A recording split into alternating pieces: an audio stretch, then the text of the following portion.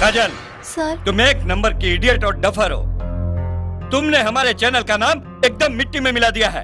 तुम्हें क्या जरूरत थी उस लड़के को जाके गले मिलने की? तुम जानती थी ना कि हर एक चैनल का कैमरा चालू है। पूरी दुनिया ने तुम्हारा तमाशा देखा है और हमारे चैनल पे हंस रही है। I'm really very sorry, sir. अगर दोबारा तुमने ऐसी गलती की ना तो तुम्हें नौकरी से निकाल दूंगा। नहीं सर, I'm very sorry. अब दोबारा ऐसी गलती नहीं होगी। सर, बाहर कुछ चैनल वाले इंटरव्यू के लिए आए हैं। अच्छा जी, इंटरव्यू लेने के लिए? अब तुम ही बताओ, क्या बोलूं मैं चैनल वालों को तुम्हारी हरकत के बारे में? नहीं सर, आपका नहीं। वो काजल मैडम का इंटरव्यू लेने आए। काजल का? क्या है ना कि उस घटना के बाद ये पूरे देश में प्रसिद्ध हो गई हैं। लोग इनके बारे में ज्यादा से ज्यादा जानना चाहते हैं सर। चलिए मैडम, लोग आपका इंतजार कर रहे हैं। सर, मैं इंटरव्यू देने जा सकती हूँ? गो गो।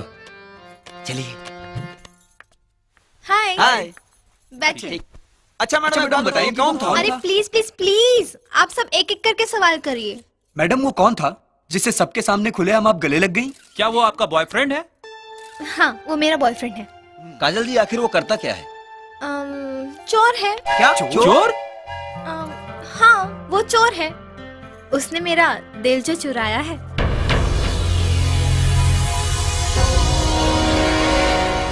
बाबूजी 2 रुपया दे देना, हमार भाई भूखाइल बटे, ओकरा खातिर दूध की ना।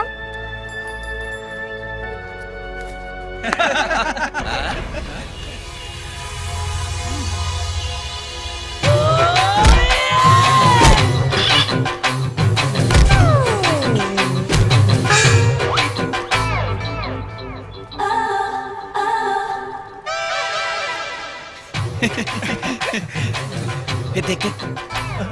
अरे यार, 1 रुपया बा ओकरे पॉकेट में। अरे हमार पर्स गायब बा। अरे यार हमरो पर्स गायब बा। अरे यार हमरो पर्स गायब बा। अरे बकलोल लोग, हमनी सबके पर्स गायब बा। एकर मतलब कि हमनियों से बढ़न पॉकेट मार बा। पॉकेट मार तो बा, लेकिन दिलदार बा। 1 रुपया जेब में रख के 100 रुपया भीख में देवे वाला दिलदार। वाह।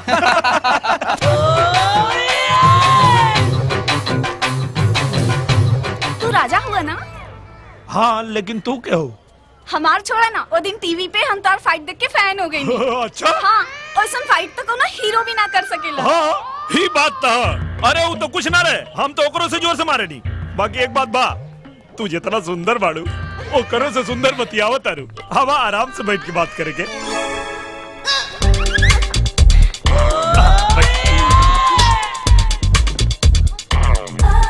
मैंगो जूस मंगवाई? Mango juice? तोरा साथे तो हम मरीचा के जूस भी पी सकता नहीं। वेटर, एक मैंगो जूस लेके आवा। तोहरा का हमरा से सचमुच प्यार हो गइल बा? का? भरोसा नहीं क्यों तोरा के? अरे तू कहता हम तो क्रिया खा के कह देता नहीं। तो ओदी जौन टीवी वाली एंकर रहे, तोहरा भरकवारी पकड़ ले रहे। हे भगवान, के कर नाम ले लू? अरे ओकर मुंह देख ले बड़ू, मुंह माया वाह, हता सिकंदरपुर। अल्लाह, तू जूस पियो। इतना घबरात का है बाड़ा?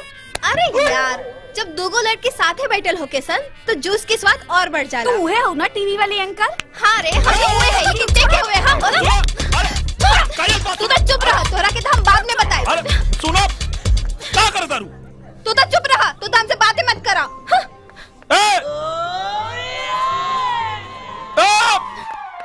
हमारी बात सुनो, काजल, काजल हमारी बात सुनो। अरे काजल, काजल, खोला। अरे यार, तू काहे इतना गुस्सा करता रू? वहाँ जो देख लो सब खाली मस्ती मजाक रहे। अच्छा सुनो ना, सच तो ये कि हम सिर्फ तो से प्यार करी ले। अच्छा, हाँ। तो तू हमसे प्यार करेला? तो चला अभी हमरा से ब्याह करा। अरे कैसे अभी ब्याह करी?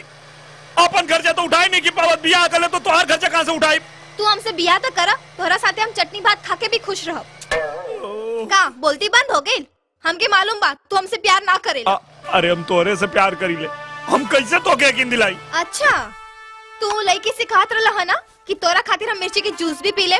अब चलो हमरा खातिर ही मिर्ची के जूस पी के दिखावा। हम तोरा प्यार में पागल है, लेकिन इतना पागल ना है कि मिर्ची के जूस पी ली। पियो।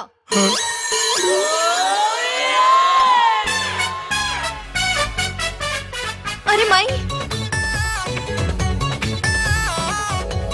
इतना सच में पी गई ले। इनके तो कान से भी धुआं निकला था।